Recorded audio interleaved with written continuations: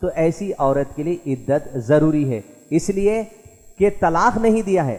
اگر مہر ادا کر دی گئی اور طلاق دے دی گئی اور ہاتھ نہیں لگایا گیا، اس کے لیے مسئلے الگ ہیں، اور مہر نہیں دیا گیا تھا لیکن طے کیا گیا تھا، لیکن مہر ادا کرنے سے پہلے طلاق دے دی گئی تھی، اس کے الگ مسئلے۔ لیکن یہاں مہر طے ہو چکا ہے، یا مہر شوہر ادا کرے یا نہ ادا کرے، یہاں شوہر طلاق دینے کے مسئلے الگ ہیں۔ لیکن شوہر کا اگر انتقال ہو جائے، جیسا رسول اللہ صلی اللہ علیہ وسلم نے حدیث میں فرمایا، مذاق میں بھی کہہ دے تو چیز ہو جاتی ہے، لہذا یہاں جب ایجاب قبولیت ہو جائے تو زوجیت کے بندھن میں دونوں جوڑ دیے جاتے ہیں۔ اس کے لیے عورت کو عدت گزارنا ضروری ہے، 4 مہینے 10 دن جو شوہر کے انتقال کے بعد عورت کو عدت گزارنی ہوتی ہے۔ اس کے بعد عورت دوسرے مرد سے شادی کرنے کے لیے آزاد ہو جاتی ہے۔ امید ہے آپ کے سوال کا جواب ملا۔ اور ایک سوال آیا ہے کہ شادی شدہ زندگی اختیار کرنے کے بعد زوجین کے سامنے ایک مسئلہ اکثر یہ آتا ہے کہ وہ مشترکہ خاندان میں رہیں یا غیر مشترک طور پر وہ اپنا گھر بنائیں۔ اسلامی اعتبار سے کیا شادی کے بعد بیوی کے ساتھ الگ رہ سکتے ہیں؟ بھائی نے سوال کیا، جیسا آپ نے سنا کہ شادی کے بعد مشترکہ خاندان یعنی انڈیویجول فیملی یا جوائنٹ فیملی، اس مسئلے میں دوستو کس طرح بات ہے۔ سب سے پہلے وہ تمام لوگ جو نکاح کرتے ہیں، خاص طور پہ وہ نوجوان جو نکاح کرتے ہیں، عام طور پہ دیکھا جائے 3 یا 4 بھائی یا 2 سے زیادہ بھائی یا 1 سے زیادہ بھائی جہاں رہتے ہیں، ہوتا یہ ہے، اکثر تو نہیں ہوتا لیکن چند کیس اس طرح دیکھنے کو ملتے ہیں کہ والدین کچھ دن ایک بیٹے کے گھر پر رہتے ہیں، یہ بات مناسب ہے۔ لیکن کوئی بھی بیٹا جب شادی کرتا ہے، اسلام نے تو جب عورت نکاح ہو کر جو سو مرد کے گھر آ جائے گی، وہ اپنا انفرادی خاندان کے طور پہ زندگی بسر کرے گی، لیکن اس بات کو ہر نوجوان جان لے، انفرادی فیملی کی جہاں بات آتی ہے، انڈیویجول فیملی، نیوکلیر فیملی کی جہاں بات آتی ہے کہ بھئی جو سو ایک میاں بیوی بچے، اگر ایک اولاد ہے، ایک لڑکا ہے اور والدین ہیں، کوئی نیوکلیر فیملی دنیا کی یہ تصور بھی نہیں کر سکتی کہ ہم والدین کے بغیر انفرادی فیملی گزاریں گے، یہ کوئی مرد لڑکا تصور بھی نہ کرے، اس لیے کہ والدین کا ساتھ دینا اپنی اولاد کی ذمہ داری ہے۔ اللہ کے نبی صلی اللہ علیہ وسلم نے حدیث میں فرمایا، آپ ممبر پر چڑھ رہے تھے، 3 مرتبہ آمین کہا، جبریل علیہ السلام آئے اور دعا کی، جس میں ایک دعا یہ تھی، ہلاک ہو جائے وہ شخص جو اپنے والدین کو یا ان میں سے کسی ایک کو بڑھاپے کی حالت میں پائے اور ان کی خدمت کر کے ان کے ساتھ اس نے سلوک کر اپنے مغفرت کا سامان تیار نہ کر لے، ایسا شخص ہلاک ہو جائے۔ لہذا آج معاشرے کے اندر کئی گھر ایسے ملتے ہیں، بوڑھا بوڑھی والدین کو الگ فلیٹ لے کر رکھ دیا گیا اور ان کے ساتھ ایک کام والی لڑکی کو رکھ دیا گیا، وہ پکاتی ہے، کھلاتی ہے، ان کے کپڑے دھوتی ہے، ان کا ہو، اور یہ جو نوجوان لڑکا ہے، اکلوتا بھی ہوگا یا 2 نوجوان لڑکے بھی ہوں گے، اپنی بیویوں کے ساتھ اپنی زندگی کے اندر مست ہے۔ اس بات کو یاد رکھیے، اگر آپ کے والدین ہیں تو آپ کے اوپر ہی ذمہ داری ہے کہ آپ اپنے والدین کو ساتھ رکھیں۔ دوسری بات، 2 سے زیادہ اگر بھائی ہیں تو ایک بھائی اپنے والدین کو کچھ دن اپنے گھر کے اندر جو سو وقت گزارنے کے لیے کہہ سکتے ہیں۔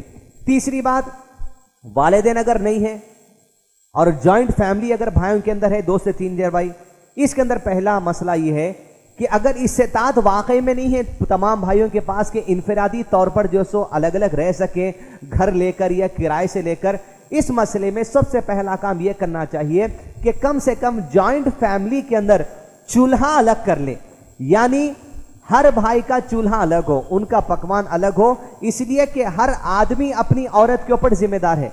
تمام بھائی اتفاق کر کے بسا اوقات ہوتا ہے کہ سب لوگ ایک جگہ پیسہ لا کر ڈالتے ہیں، لیکن اسلام نے انفرادی نیوکلیر فیملی کو ہی پروموٹ کیا ہے، جوائنٹ فیملی کو کنڈیشنل پروموشن دیا گیا ہے۔ اس کی سب سے پہلی مثال یہ کہ اللہ کے نبی صلی اللہ علیہ وسلم جب مکے سے نکل کر مدینہ گئے تو آپ صلی اللہ علیہ وسلم کا گھر نہیں تھا، تو آپ صلی اللہ علیہ وسلم جوائنٹ فیملی کو ترجیح دیے، صرف کنڈیشنل۔ اللہ کے نبی صلی اللہ علیہ وسلم ابو ایوب انصاری کے مکان میں رہے، یعنی ایک فیملی آلریڈی تھی، وہاں جوائنٹ ہو گئے، جوائنٹ فیملی۔ دوسرا، اللہ کے نبی صلی اللہ علیہ وسلم مکے سے جتنے صحابہ آئے تھے ان تمام کو گھر نہیں تھا، کاروبار نہیں تھا، کھانے کے لیے سامان نہیں تھا، ان کو مدینے کے اندر جتنے صحابہ تھے ان کے ساتھ جوڑ دیے تھے، جس کی مثال سعد بن ربی ہے، اور ان کے گھر میں اللہ کے نبی صلی اللہ علیہ وسلم نے مکے سے آئے ہوئے عبد الرحمان کو جوڑ دیا. وہ نیوکلیر فیملی تھے. بولے عبد الرحمان اب تم سعد بن ربیع کے گھر میں رہو. سعد بن ربیع نے کہا عبد الرحمان یہ میری 2 بیویاں ہیں, ان میں سے جو تمہیں پسند ہو کہہ دو, طلاق دے دوں, عدت گزرنے کے بعد شادی کرنا. یہ دلیل ملتی ہے شروع کے دنوں میں ہجرت کے, جہاں جوائنٹ فیملی کو پروموٹ کیا گیا. کس لیے؟ کیونکہ حالات ایسے تھے. لیکن جب حالات خوشگوار ہو گئے تو اللہ کے رسول صلی اللہ علیہ وسلم جب مسجد نبوی تعمیر کیے تو آپ صلی اللہ علیہ وسلم نے مسجد نبوی کی تعمیر کے ساتھ ساتھ اپنے شریک حیات کے لیے حجرے بنا لیے. ہر شریک حیات کے لیے اللہ کے نبی صلی اللہ علیہ وسلم نے ایک الگ الگ حجرہ بنایا.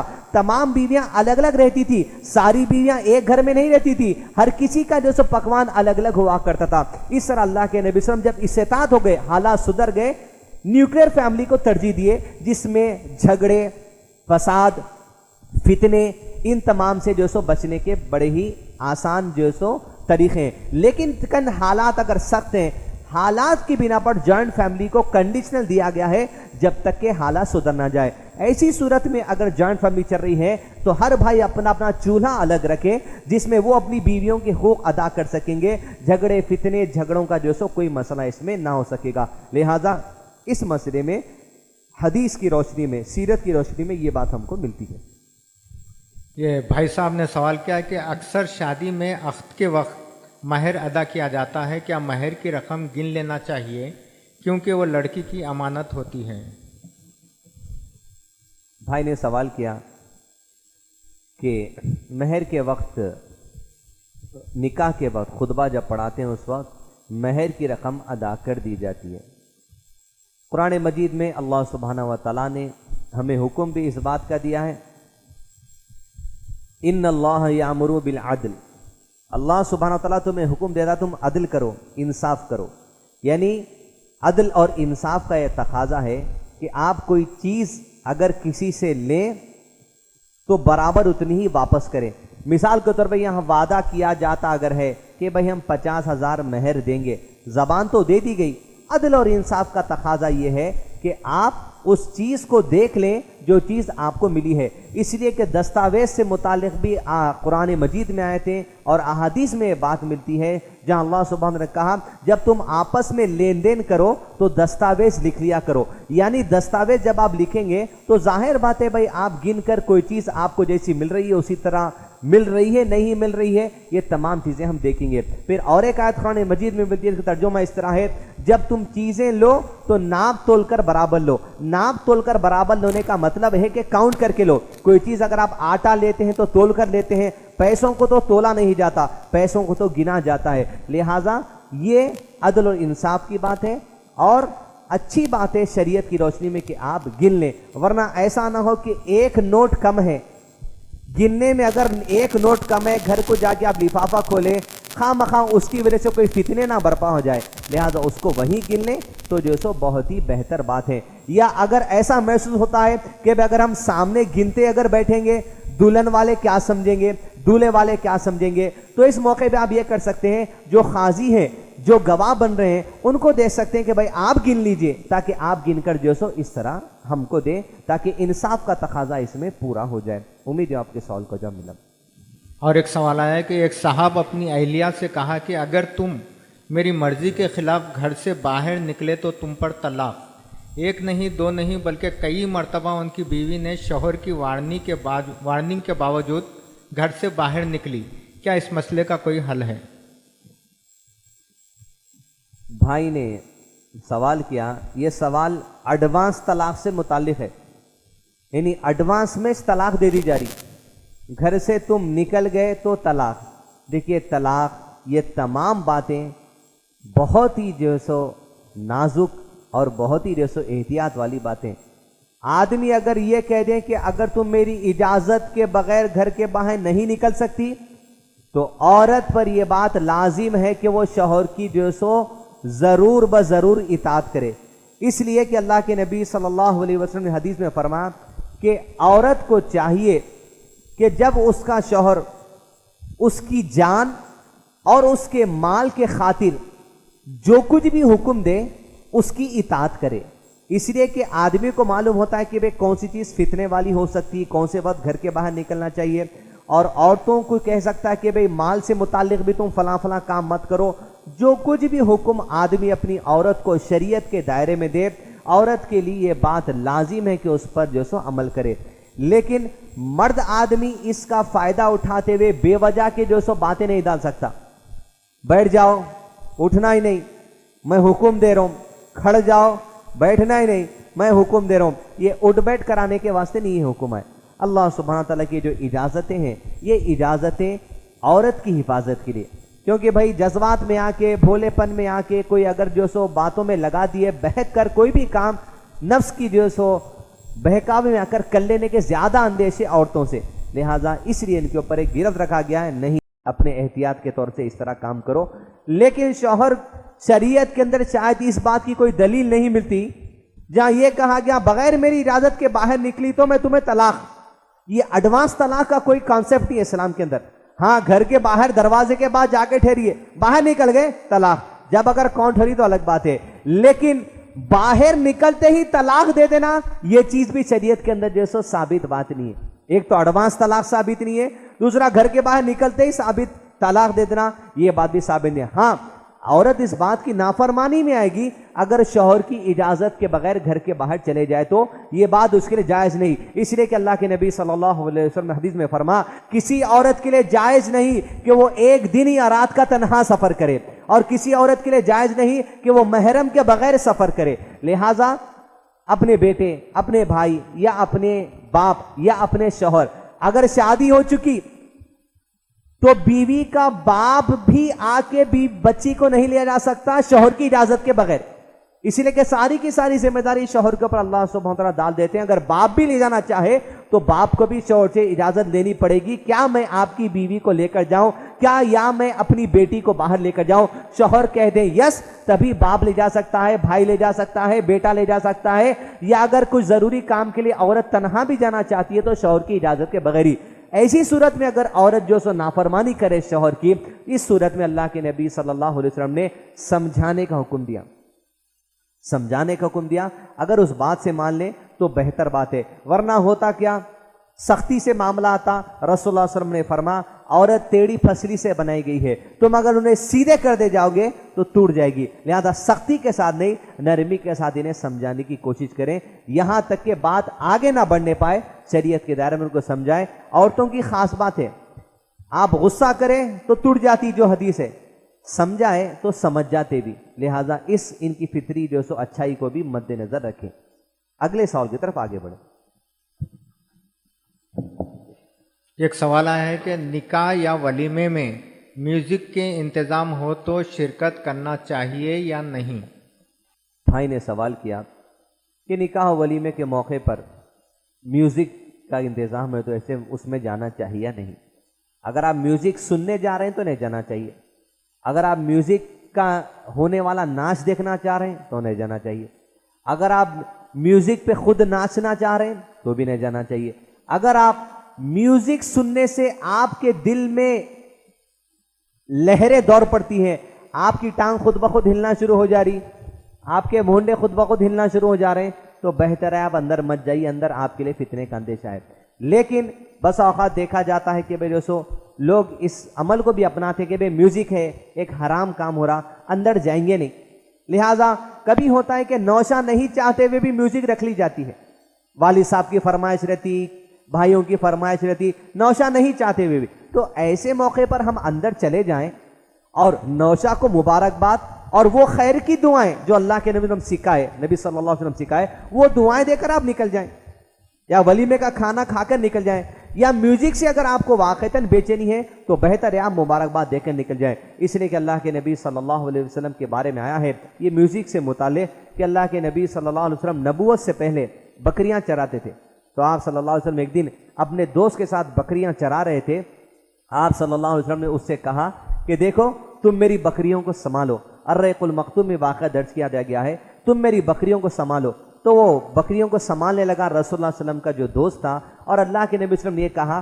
میں شہر میں ایک شادی ہو رہی ہے وہاں جا کر آتا ہوں، اللہ کے نبی صلی اللہ علیہ وسلم بکریاں دے کر، جب نبوت نہیں تھی کم عمر تھے، آپ صلی اللہ علیہ وسلم اس نکاح کی محفل کے پاس گئے جہاں پر ایک قسم کا باجا بج رہا تھا یا جو سو موسیقی کا جو سو معاملہ چل رہا تھا، اللہ کے رسول صلی اللہ علیہ وسلم بیٹھ گئے اور وہ موسیقی کا جو سو سننے لگے. پھر اللہ کے نبی صلی اللہ علیہ وسلم کہتے ہیں جب میں وہاں بیٹھا تو اللہ سبحانہ و تعالیٰ نے میری کانیں بند کر دی اور مجھے اسی وقت نیند آ گئی. پھر اللہ کے نبی صلی اللہ علیہ وسلم نے کہا کچھ دیر کے بعد میں اٹھا تو وہ ساری چیزیں بند ہو گئی تھی. پھر کچھ دن کے بعد نبی صلی اللہ علیہ وسلم نے کہا میں نے ایسا ہی کیا. پھر نکاح کی محفل کے بعد جا کر موسیقی سن رہے لگا تھا یہاں تک کہ اللہ نے میری کانیں بند کر دی اور مجھے نیند آ گئی. اس کے بعد میں اٹھا تو وہ موسیقی ختم ہو چکی تھی. آپ صلی اللہ علیہ وسلم نے فرمایا اس کے بعد میں پھر کبھی اس کام کی طرف نہیں گا. یعنی یہ بات ثابت ہوتی ہے کہ اللہ سبحانہ و تعالیٰ کو یہ عمل پسند نہیں ہے. اس لیے اللہ کے نبی صلی اللہ علیہ وسلم کو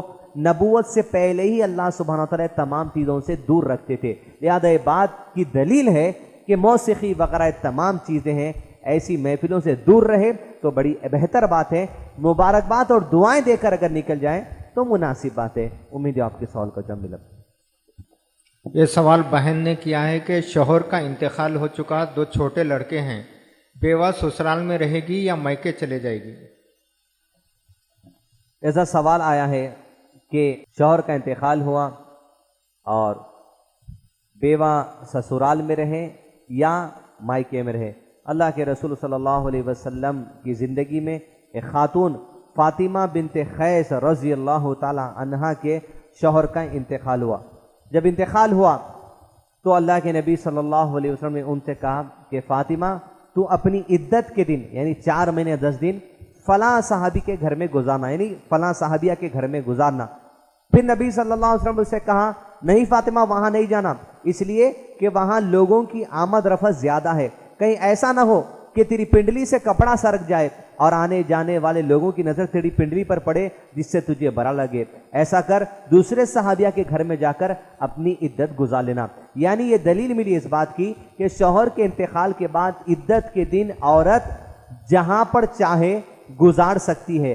شوہر کے گھر کے اندر بھی وہ گزار سکتی ہے اگر وہ چاہے, نہیں اگر چاہتی ہے کہ وہ دوسری جگہ گزارے تو ایک ہی بار کی اجازت ہے کہ یا تو وہاں شفٹ ہو جائیں 4 مہینے 10 دن کے لیے, یا یہیں پر رہنے کا ارادہ ہے تو یہیں پر 4 مہینے 10 دن جو سو عدت گزارے. عورت کے اختیار کی بات ہے, جہاں اس کے لیے سیکیورٹی ہے, جہاں اس کے اور اس کے بچوں کے لیے جو سو انتظامات مہیا کیے جا سکتے ہیں, ایسی جگہ پر عورت اپنی عدت کے دن گزار سکتی ہے.